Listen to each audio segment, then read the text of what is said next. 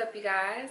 Thank you for tuning in to another video, and if you're new, hey girl. So today I am going to be showing you all how I moisturize my hair, lock in that moisture for optimal growth, and also how to braid your hair for wigs. So lately I've just really been wanting to switch up my hairstyle. I've literally been wearing my hair natural, but in the meantime, between time, I'm going to show you guys how I plait my hair down. So the products that I'm going to be using are the Gold Series Leave-In Detangling Milk. This stuff has really good slip, and the little bit that I did try out on like a corner piece of my hair, I absolutely love this. So I'm super excited to use this with my braiding.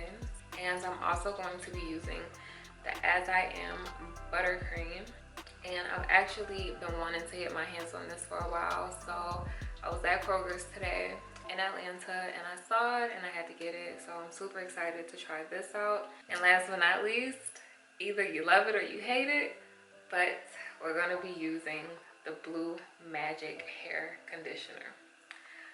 So this stuff right here, I've just recently got back into using grease. So when your hair can retain moisture, that helps to retain length. Breakage completely annihilates that. Just gives you overall more healthy hair. So I actually did have this on my hair when I used the Gold Series shampoo and conditioner, and that stuff still gave my hair moisture, but also did get all of the grease off of my scalp.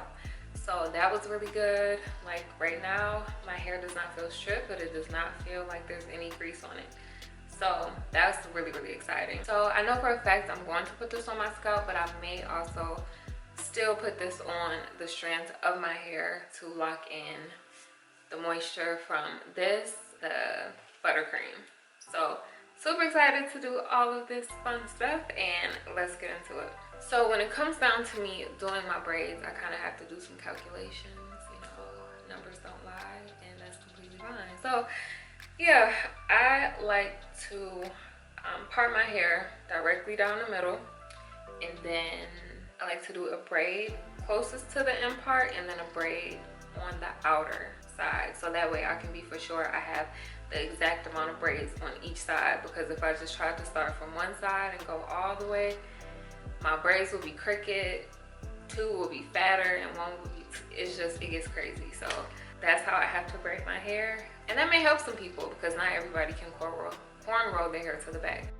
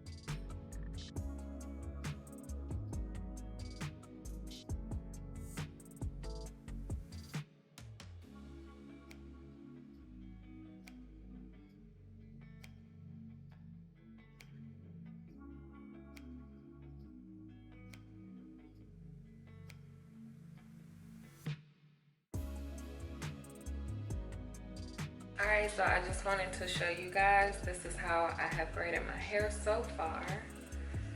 We have this braid right here in the middle. And we have this braid over here on the side. So now I'm just gonna put maybe 2 or 3 braids in the center. So I'll be back.